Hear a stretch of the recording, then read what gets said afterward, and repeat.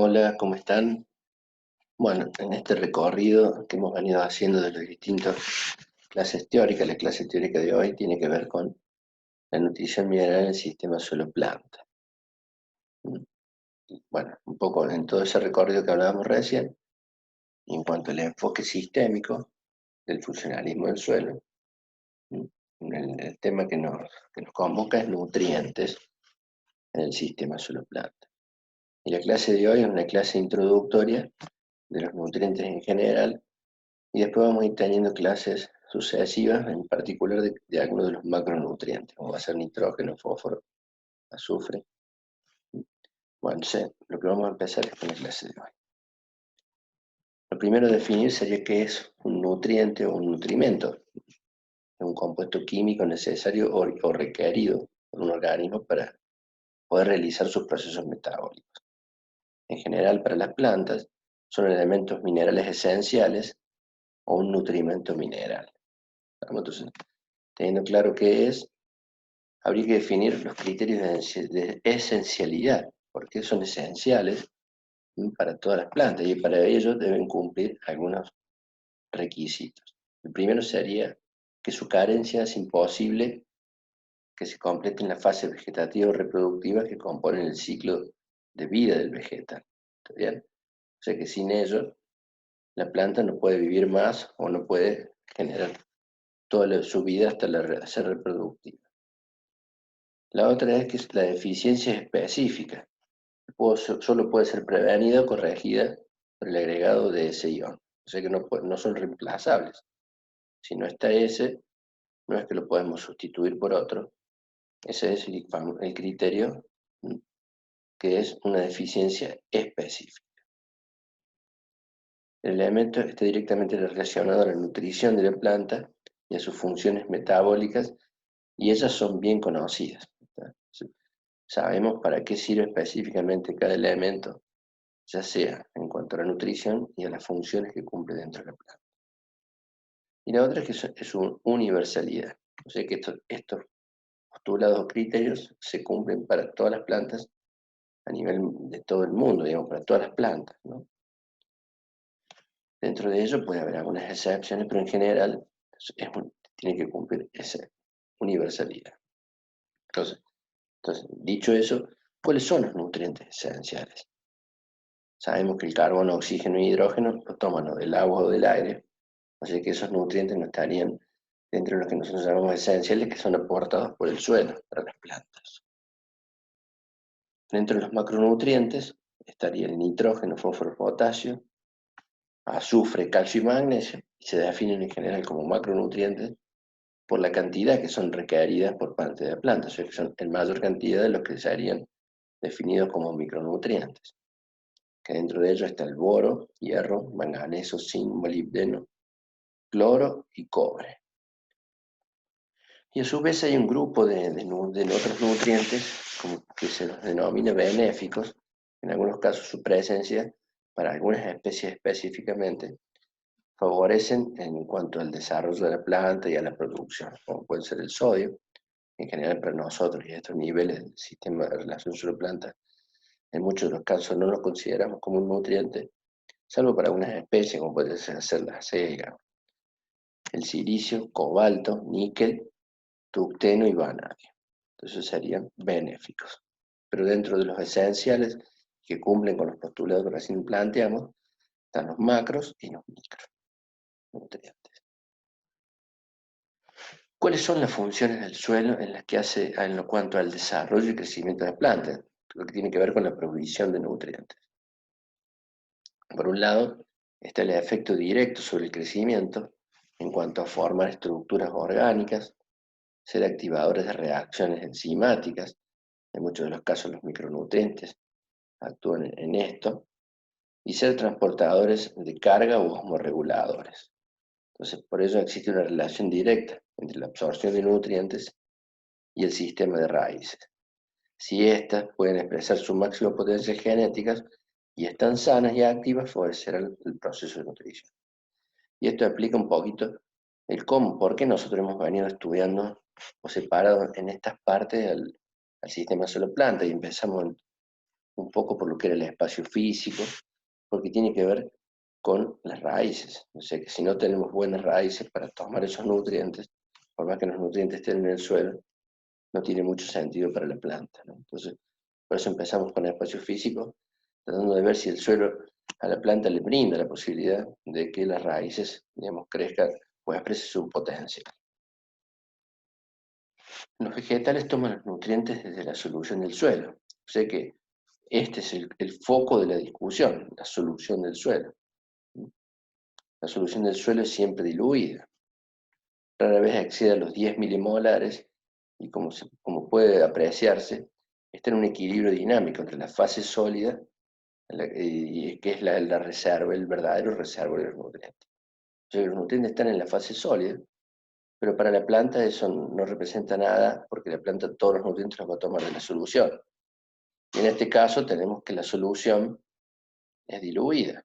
O sea que ahí empiezan a plantearse problemas en cuanto a la toma de esos nutrientes. Hemos dicho que las soluciones son concentradas y lo vimos cuando vimos la parte de sales. En ese caso, la solución del suelo ahí sí está altamente concentrada por sales y de hecho define al suelo como salino, pero para los suelos agrícolas normales, las soluciones del suelo en general son diluidas.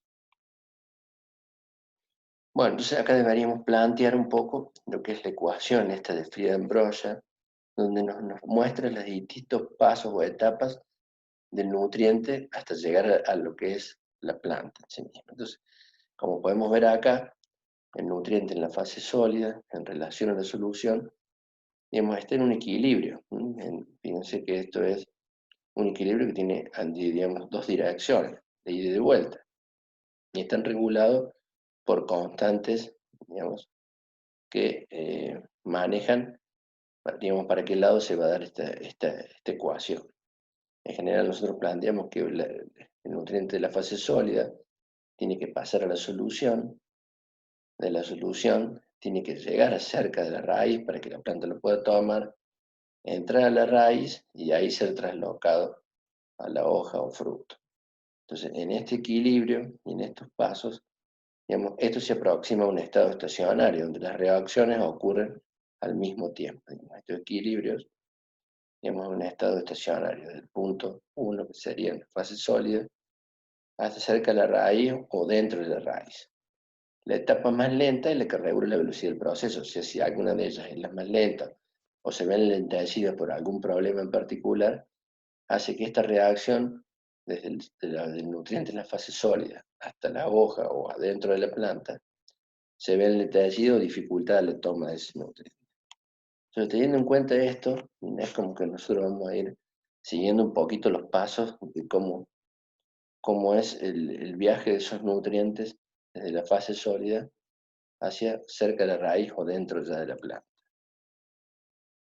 Para ello es bueno tener en cuenta esta gráfica, que la tienen en el libro de la relación sistema suelo, lo que es sistema suelo-planta.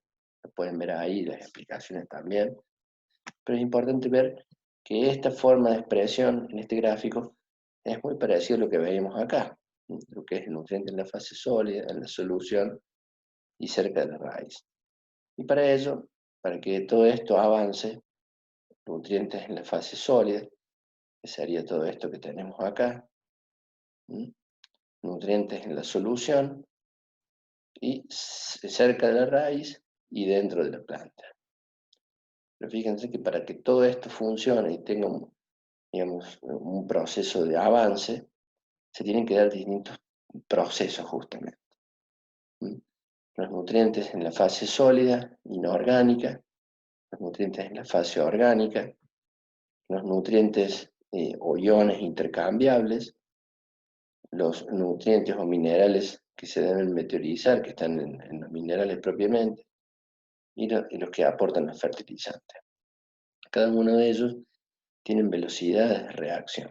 Entonces, en el caso de estas fuentes inorgánicas, como pueden ser las que están en las arcillas, en los minerales secundarios o en carbonatos alcalinos o algunas sales, el proceso para que pasen a la solución del suelo, en el caso de las arcillas, sería de fijación, liberación.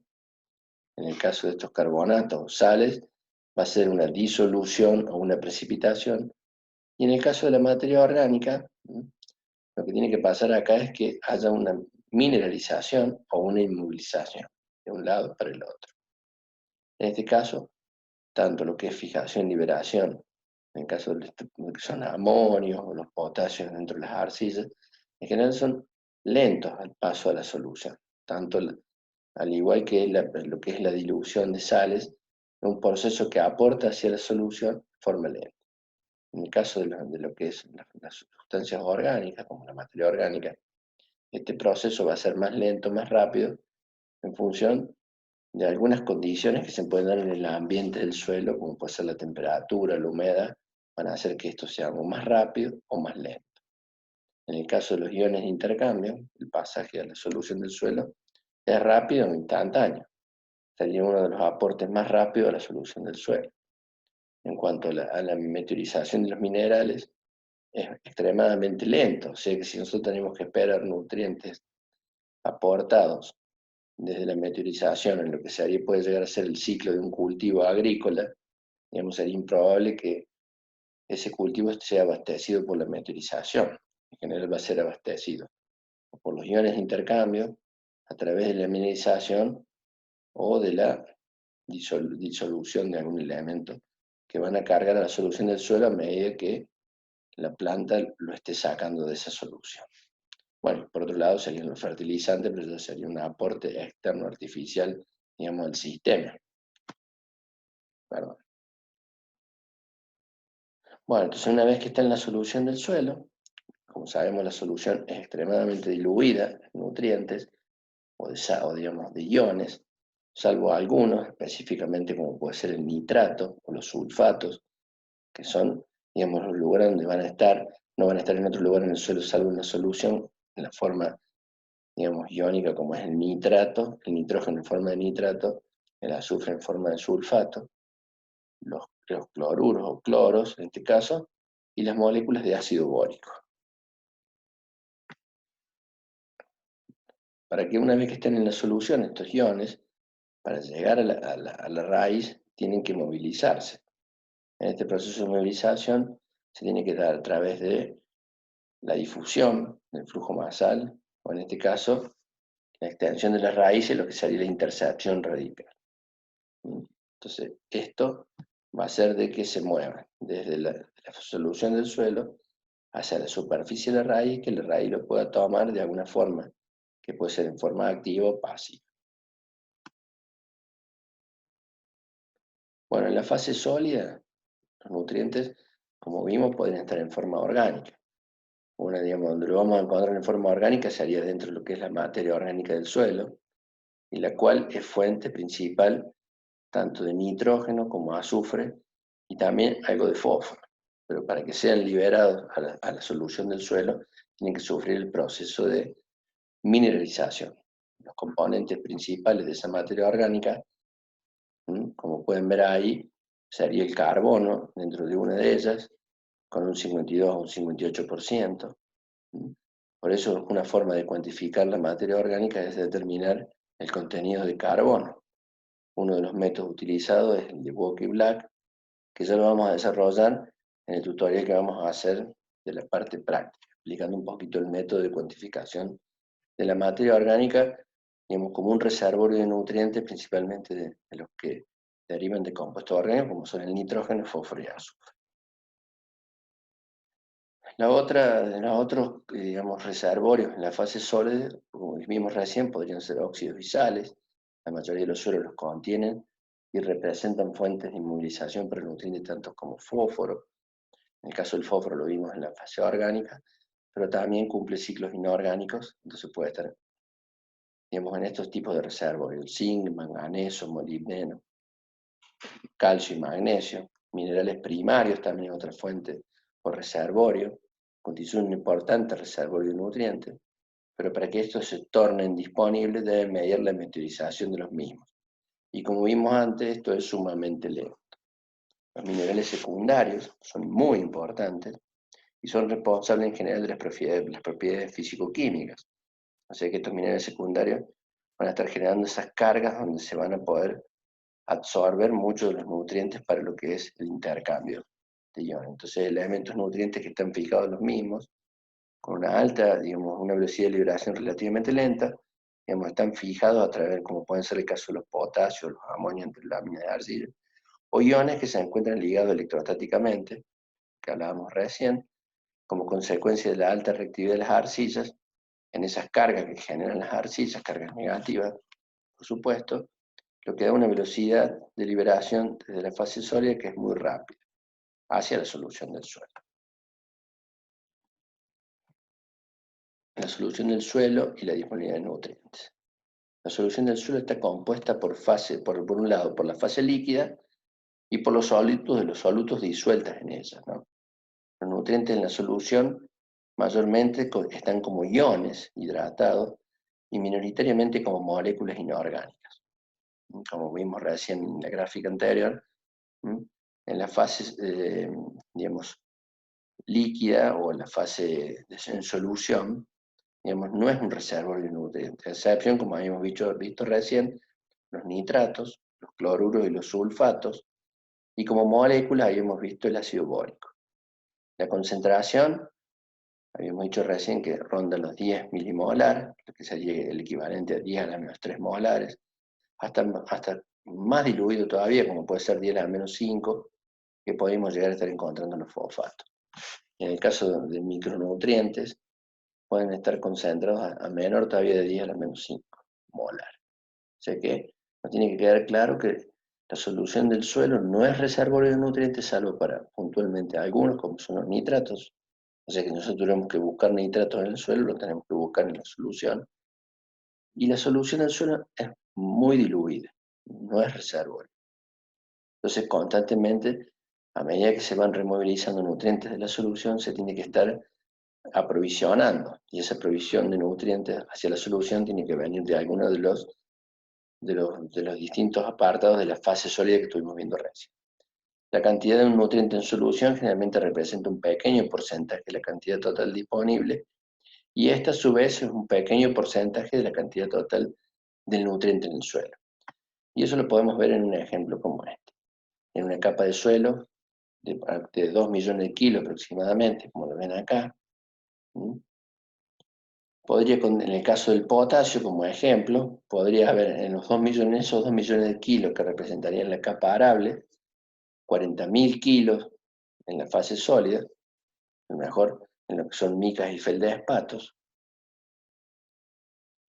que para pasar a lo que es el intercambio como en forma muy lenta, como reservado en el intercambio podría haber 400 kilos, y pasado a la solución en forma rápida, porque habíamos visto que el intercambio provisionaba rápidamente la solución, en solución quedarían solo 4 kilos. Fíjense las diferentes proporciones de la gran cantidad que hay en el sólido, pero en realidad lo que la planta está pudiendo tomar es lo de la solución, o sea que lo que la planta estaría viendo son esos 4 kilos. Y para poder aprovisionar constantemente esa solución, la planta va a tener que estar en un equilibrio constante entre lo que es la solución, y esa solución va a tener que estar en equilibrio con el intercambio. La relación entre la fase sólida y la fase solución comprende fundamentalmente 3 aspectos a tener en cuenta. La naturaleza de la unión, o sea, cómo está unido ese nutriente a la fase sólida. Ese tipo de unión se puede expresar de distintas formas, en forma electrostática, en formas específicas o en formas químicas. Y cada una de ellas le va a brindar o le va a proporcionar al nutriente distintas características en cuanto a que sea más fácil estar disponible para la planta o menos. En el caso de las electrostáticas, están influenciadas por la valencia del ion y la densidad de la carga. Esas electrostáticas, digamos, tienen que ver con cargas negativas positivas, o sea que haya cantidad de cargas negativas en el suelo, y por otro lado las cargas positivas de los iones, y se va a generar una unión. Esas cargas negativas en el suelo se generan por sustitución isomórfica, por grupos de aluminio y de hierro, de los recubrimientos de geles que pueden absorber aniones o cationes dependiendo del pH. Y cargas dependientes del pH, que es lo que habíamos visto el otro día cuando vimos el capítulo de reacción eran las generadas por la materia orgánica. Las específicas, en el caso de la fijación de potasio y amonio entre las láminas de hilita, se producen uniones fuertes, tanto desde el punto de vista energético como mecánico. Digamos, en este caso, el tipo de uniones específicas no son, digamos, de gran importancia en cuanto a lo que es agrícola, porque la liberación en general no es tan rápida y va a depender de los cambios de contenido hídrico que tenga ese suelo y cómo se hidraten esas arcillas para que esas láminas, digamos, se separen o se junten en cuanto a la liberación o fijación de esos elementos. Y por último tenemos las uniones químicas, se denominan así las uniones con la fase sólida del suelo, son las tipo químicas o covalentes.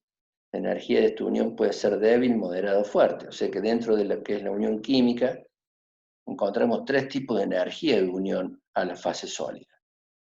Como ejemplo de unión débil es la del nitrato con la fase sólida del suelo, o sea que los nitratos en general están en la solución, es su lugar de reservorio, y con el suelo tienen muy poca interacción. Esto hace que, digamos, su movilidad y su pérdida tenga alta importancia.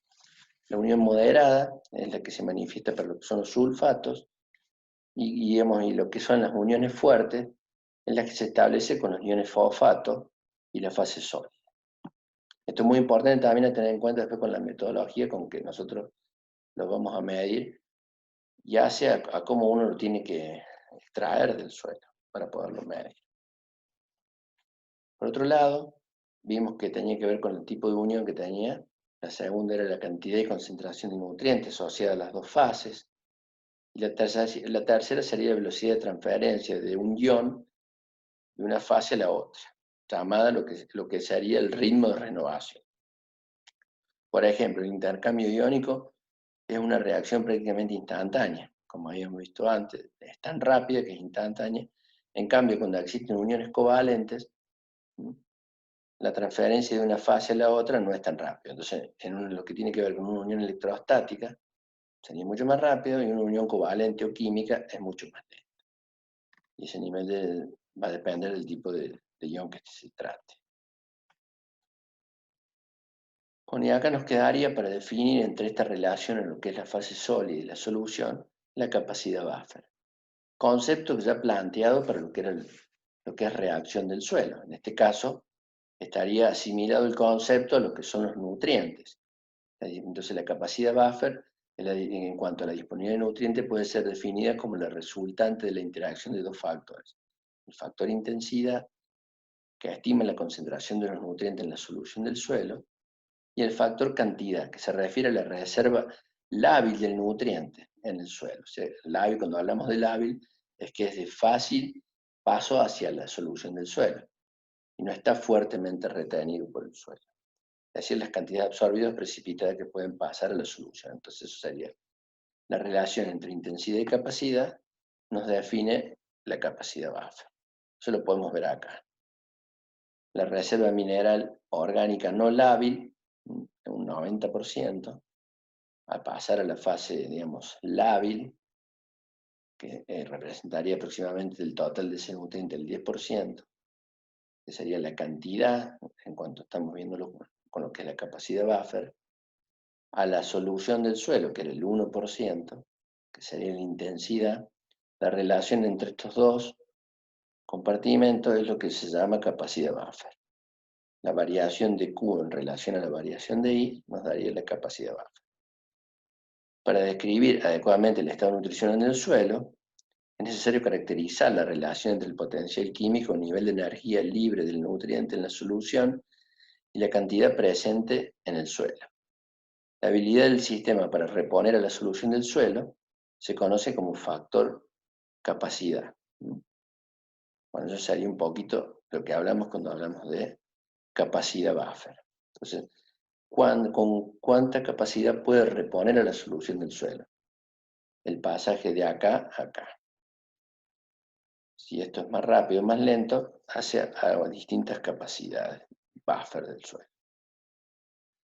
Los nutrientes asimilables representan una fracción de los disponibles. Entonces nosotros podemos estar cuantificando el nutriente en el suelo Pero todo ese nutriente que nosotros estemos cuantificando como extractable o disponible, no significa que la planta lo pueda estar asimilando, que lo pueda estar tomando. En muchos casos puede haber limitaciones que pueden estar relacionadas al transporte, o sea que si ese nutriente no le llega a la raíz, a la superficie de la raíz, por más que esté disponible en el suelo, nosotros lo estemos cuantificando, para la planta no le sirve porque en realidad no lo puede estar asimilando. Para ello, la cantidad efectivamente absorbida por la raíz dependerá de la cantidad de nutriente absorbible y de la eficiencia de absorción por parte de la planta. La absorción de nutrientes de la solución del suelo también depende de la velocidad con la cual su concentración es repuesta desde la fase sólida y la energía de unión que tiene esta. Entonces, acá es un poco el resumen de eso que estuvimos hablando recién en cuanto a la capacidad de buffer y al tipo de unión o de relación que tiene ese nutriente con la fase sólida.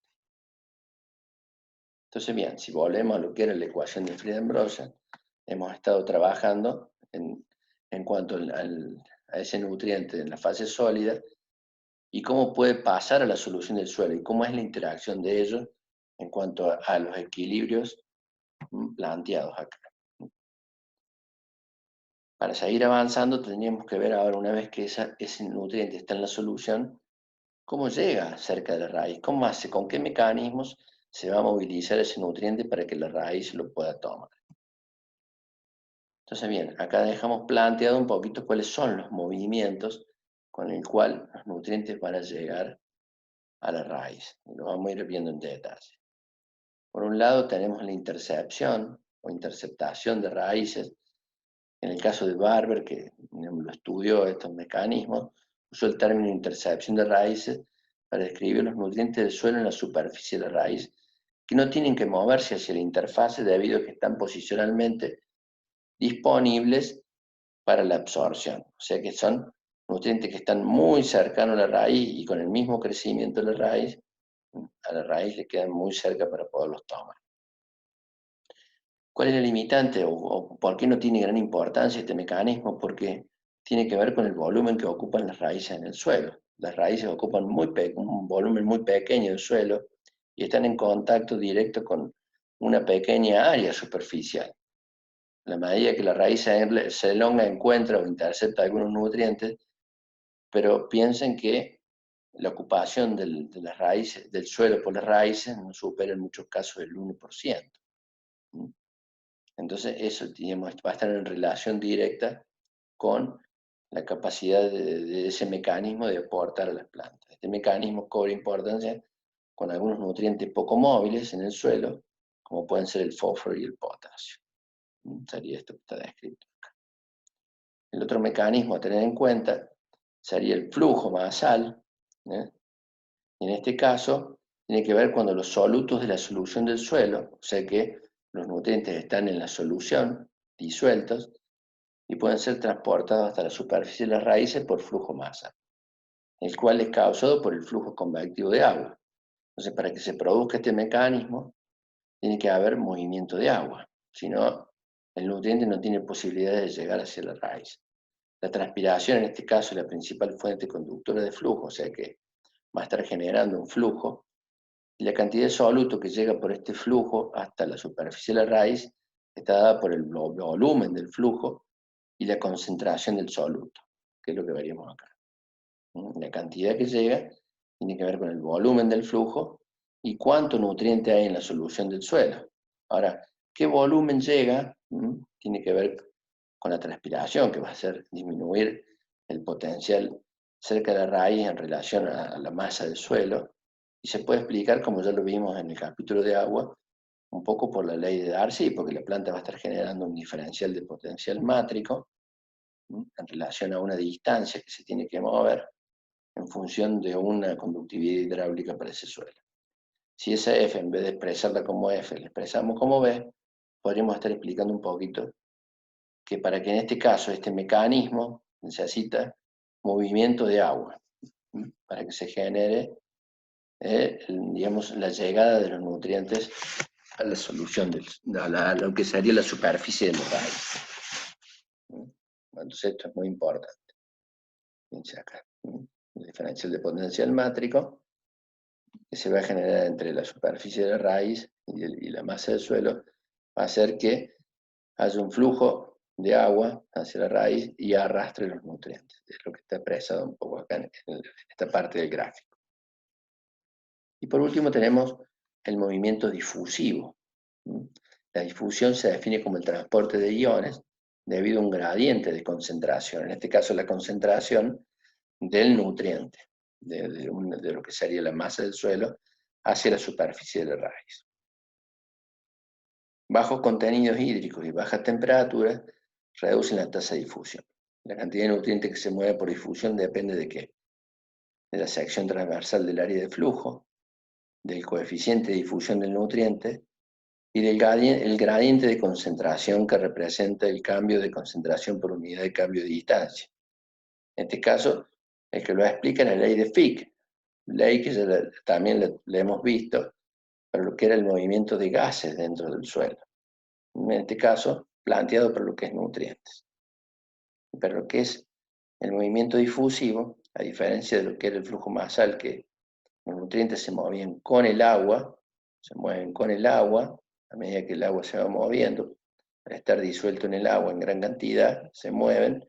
En este caso, no se mueven con el agua, sino se mueven en el agua, por una diferencia de concentración entre un punto donde están muy concentrados a donde no están menos concentrados. Y esto les aplica un poco a la ley de Fick. En el caso del gas, lo veíamos acá por diferencial de concentración o diferencia de presiones parciales. En este caso, diferencial de concentración del nutriente, digamos, una difusión o un componente difusivo del que sería el nutriente en el agua, para el área determinada y para una distancia también determinada. Pero en el caso del suelo, esto no es tan directo, porque el recorrido, digamos, en ese sistema poroso del suelo y la cantidad de agua no es constante, entonces va sufriendo constantes alteraciones. Entonces, esta ley de Fick, digamos, tendría que ser modificada con algunos parámetros, como podemos ver acá. Digamos, esta ley de Fick va a depender en general esta difusión efectiva que figura acá, que, digamos, que sería para en un caso donde no hay cambios o sería para ese nutriente en el agua. En el suelo va a cambiar porque los contenidos de agua pueden ir variando. A su vez, la distancia o el recorrido tiene que ver con la tortuosidad, cómo ese sistema poroso está diagramado. A su vez, la viscosidad del agua puede ir cambiando. Y también, a su vez, la influencia de la variación de los poros. El camino no es siempre del mismo, digamos, de la misma área o sección, que puede ir variando. Entonces, todas esas cosas pueden ir afectando a la difusión de ese nutriente. Entonces, eso se expresa a través de esta ley de Fick, digamos, que sería ampliada teniendo en cuenta los parámetros que vimos recién. Ese coeficiente difusivo que veíamos recién, para lo que era en el caso del agua, tiene que ser modificado por todos los otros parámetros o factores que vimos, como era el contenido de agua. Entonces, fíjense que el contenido de agua está en forma directa a lo que es el movimiento o el flujo. A mayor contenido de agua, mayor posibilidad de difusión, a lo que era la tortuosidad, o sea, el camino a recorrer, mientras esto va a definir que si es más tortuoso, el camino se hace más largo, se afecta en forma directa al flujo, y a los otros parámetros como era el cambio de secciones y la viscosidad del agua, que va a tener que ver también un poco con la temperatura. Para un área determinada, para un diferencial de concentración, en función de una distancia.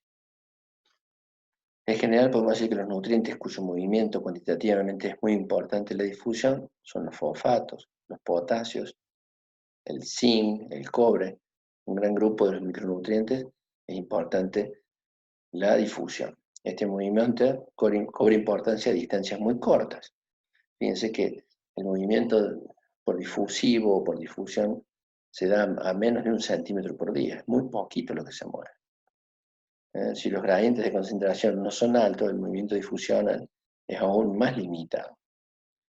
Para el caso del fósforo, la velocidad de difusión, fíjense como ejemplo, es de 0,02 centímetros de día.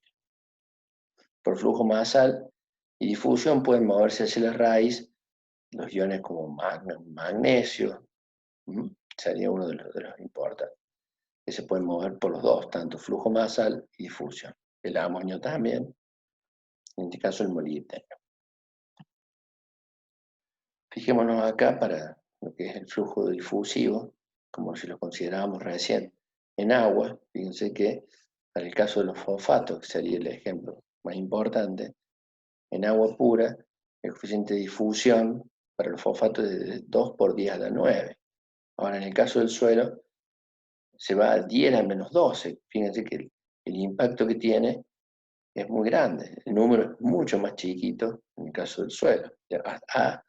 En un rango que va de 10 a la menos 12 a 10 menos 15. En general, en promedio, el coeficiente de difusión para los fosfatos en el suelo es de 1 por 10 a la menos 13. Y el movimiento en el suelo se puede llegar a dar a lo que es 0,13 milímetros por día. Si lo comparamos con los nitratos, que no es digamos, el movimiento o la herramienta por el cual se mueven los nitratos, sino principalmente se mueven por flujo masal, por difusión los nitratos también tienen capacidad de movimiento, más allá de que no es el más importante, pero si lo comparamos con los fosfatos, fíjense que este 0,13 milímetros por día contra 3 milímetros por día para los nitratos, así que tienen más capacidad de movimiento. En cuanto a la importancia relativa de los distintos movimientos al aporte de nutrientes, si lo vemos acá para un maíz de 9.500 kilos, fíjense que de los 190 kilos que absorbería ese maíz para producir esa cantidad de grano, de kilos de grano, requeriría 190 en este caso absorber de nitrógeno, solo 2 kilos va a ser por intercepción radical, 150 lo va a hacer por flujo masal, y 38 lo va a hacer por difusión. En el caso del fósforo, de 40 kilos que requeriría, solo 1 kilo va a ser por intercepción, 2 kilos por flujo masal, y acá sí cobra más importancia la difusión. Fíjense que la gran parte de la llegada de los nutrientes, en este caso el fósforo, a la raíz de maíz, se daría por difusión, al igual que el potasio. Y acá es simplemente una gráfica que nos muestra la distancia a la raíz. Si vemos que esta es la raíz y esta es la distancia a medida que nos alejamos, fíjense que la depleción de potasio cerca de la raíz, de fósforo en este caso, es muy grande, pero lo agota rápidamente el fósforo en el suelo cercano a la raíz. Pero el movimiento, digamos, no puede traer el fósforo de más lejos que en este caso de 0,1 centímetro. En el caso del potasio, la depleción es muy grande, cercana a la raíz, pero el fósforo, el potasio puede ser movido de más lejos. Y acá tenemos que ver lo que es el factor impedancia en cuanto a la tortuosidad. En suelos principalmente que son más compactados, la tortuosidad aumentaría porque los poros se hacen más intrincados, más chiquitos. Entonces fíjense que el coeficiente de difusión, en este caso, a medida que la compactación del suelo aumenta, para un mismo suelo está hecho esto, a medida que la compactación aumenta, para un suelo que tiene 1,1, que está muy poco compactado, digamos, la conectividad entre los poros es baja. A una mayor compactación, como sería 1,3, que sería entre todo normal para un suelo franco, es óptima la difusión, pero a medida que se va compactando el suelo y va aumentando la tortuosidad y esa conectividad de poros se hace más intrincada, la difusividad cae. Por otro lado, tenemos efectos de la temperatura en cuanto a la difusión, la influencia de la humedad, como vimos recién, es muy importante en cuanto al movimiento. Para el flujo masal, por supuesto, es muy importante porque los nutrientes se mueven en el agua, con el agua. En el caso de la difusión, también es importante contar con agua en el suelo porque los nutrientes se van a mover en el agua. En cuanto a la luz, también es un efecto indirecto pero importante porque genera, digamos, la fotosíntesis que va a hacer un poco a la absorción de agua y al movimiento de esa solución dentro del suelo, a medida que la planta va tomando el agua. Ese continuo suelo-planta, atmósfera. La aireación también es importante, en el caso de los nutrientes sobre todo que se mantienen que mineralizar para que haya disponibilidad en ese caso de esos nutrientes. Como ya lo vimos en el apartado o en el capítulo de aireación, cuando había bajos niveles de aireación, menos del 10%, las plantas no podían tomar agua ni tomar en este caso nutrientes. La reacción del suelo, por otro lado, también es importante, como ya lo vimos también en el capítulo de reacción, en cuanto a su disponibilidad. Sobre todo en pH neutros a levemente ácidos, se encontraron una amplia disponibilidad de nutrientes, y a medida que se acidificaban o alcalinizaban, empezaban a tener problemas en cuanto a su disponibilidad. Bueno, dentro del suelo, digamos, estos elementos, estos iones no están solos, sino están interactuando entre ellos, porque hay una complejidad de estos nutrientes en el suelo, y entre ellos empiezan a tener interacciones. Una de las formas de interactuar entre esos nutrientes que perjudican la toma podría ser el bloqueo, cuando un elemento reduce la disponibilidad de otro, sin que ello signifique que ocupe su lugar, sino que hay una inhibición del elemento bloqueado con el otro.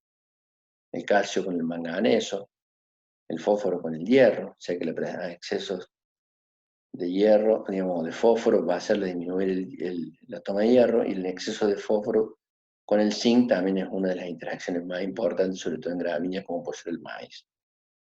Pero por otro lado podemos tener interacciones positivas o sinérgicas, que se da principalmente si los dos factores son limitantes. La adición de uno tiene poco efecto sobre el crecimiento, mientras que la provisión de los dos a la vez genera una sinergia o una mayor influencia. Esto se da principalmente con el nitrógeno y el fósforo. Por eso en muchos de los casos, cuando ustedes han escuchado hablar de la fertilización de arrancador o starter, en general esos tipos de fertilizantes tienen la mezcla de nitrógeno y fósforo. Y por otro lado tenemos el efecto antagónico, que es la oposición entre los nutrientes, con la tendencia de ocupar uno en lugar del otro. En el complejo de cambio y en la solución del suelo, el flujo de nutrientes que absorbe el vegetal, reduciendo así la proporción de uno con respecto al otro. Pues el calcio con el magnesio, el potasio con el calcio, serían efectos importantes. También se puede llegar a dar el potasio con el magnesio. Entonces, para que esto no suceda, en general tendríamos que estar pensando que el complejo de cambio tiene que haber un equilibrio en cuanto a sus proporciones. En general, en el complejo de cambio tendría que haber de un 60 a un 70% de calcio para que esté equilibrado, de un 10 a un 25 de magnesio, de un 5 a un 15 de potasio y menos del 5% de sodio. Como ya hemos visto en los suelos que son sódicos, con más del 15% de sodio en intercambio, el suelo con ese PCI podíamos llegar a decir que era sódico, pero si es con más de 5, ya podemos decir que está en desequilibrio, sin llegar a poder decir que tiene más de 15. Los nutrientes dentro de la raíz, para que, digamos, tres tipos de cinética y de flujos, esto ustedes ya lo han visto cuando han cursado fisiología vegetal, pero a modo recordatorio podemos plantear que la penetración en la raíz por movimiento pasivo podría ser 1, en lo que tiene que ver con el espacio libre, aparente donor, absorción dentro de las superficies externas e internas de las raíces, y si no, la toma activa, en el caso metabólico, con gasto de energía, para que el nutriente pueda pasar por la membrana plasmática y entrar dentro de la célula. Los dos primeros son pasivos, como ya dijimos, el tercero requiere gasto de energía.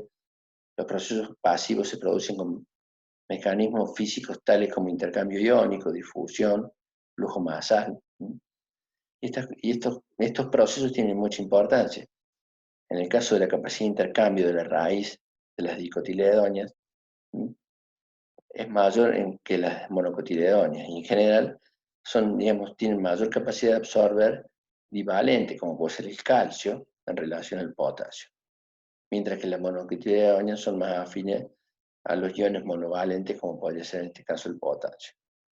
Plantas con elevada capacidad de intercambio en las raíces y la elevada energía en el enlace son capaces de obtener calcio de fuentes relativamente insolubles. En esto, no todos los vegetales tienen esa capacidad. Pero en relación, en forma general, podemos decir que las dicotiledóneas tienen más afinidad por iones, digamos, con más capacidad para absorber iones divalentes, y en relación a las monocotiledóneas, que absorben más monovalentes. Bueno, ahora bien, sería importante plantear acá los índices de disponibilidad de los nutrientes. ¿Qué es un índice de disponibilidad? La evaluación de los nutrientes a través de métodos químicos, o sea, hacer un análisis químico de ese nutriente en el suelo para poder cuantificarlo, lo debemos evaluar de alguna forma a través de estos índices de disponibilidad. Entonces, la evaluación del nutriente a través de métodos químicos estima el poder o suministro para los cultivos que tienen en el suelo. El día de mañana, cuando ustedes sean profesionales, ingenieros agrónomos y quieran saber si el suelo va a aportar la cantidad de nutrientes requeridos por el cultivo que ustedes estén dispuestos a sembrar y a cosechar en ese suelo, previamente van a tener que hacer un diagnóstico para el cual van a requerir de un análisis de suelo. Entonces, y a través de índices van a poder valorar si están en cantidades suficientes o no. Si se sigue la evolución del nutriente en el suelo durante el ciclo de cultivo, se puede inferir sobre la capacidad de la fase sólida lábil capaz de reponer la solución del suelo.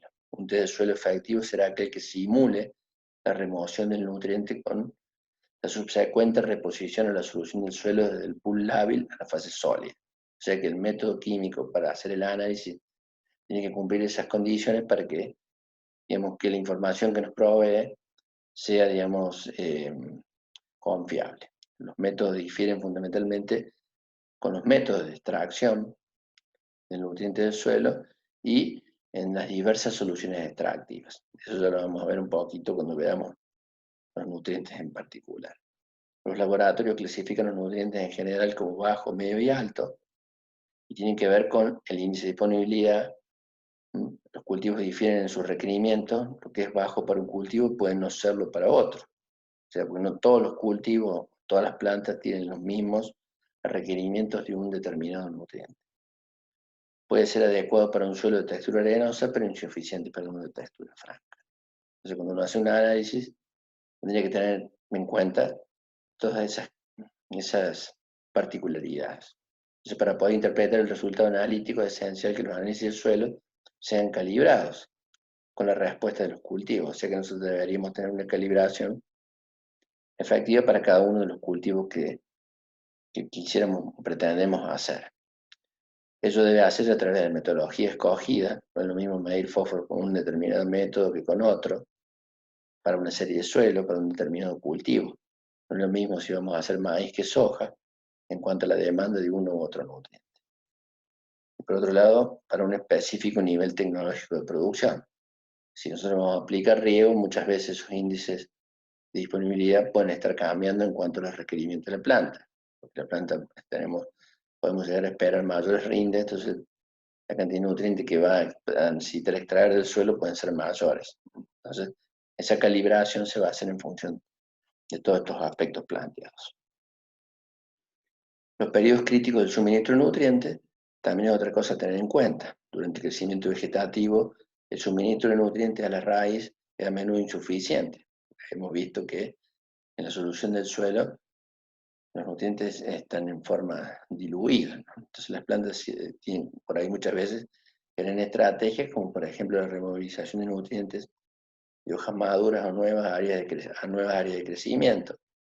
Si entra en un estrés porque le está faltando un determinado nutriente, la planta tiene la capacidad de removilizarlo hacia los puntos de crecimiento y poder seguir creciendo.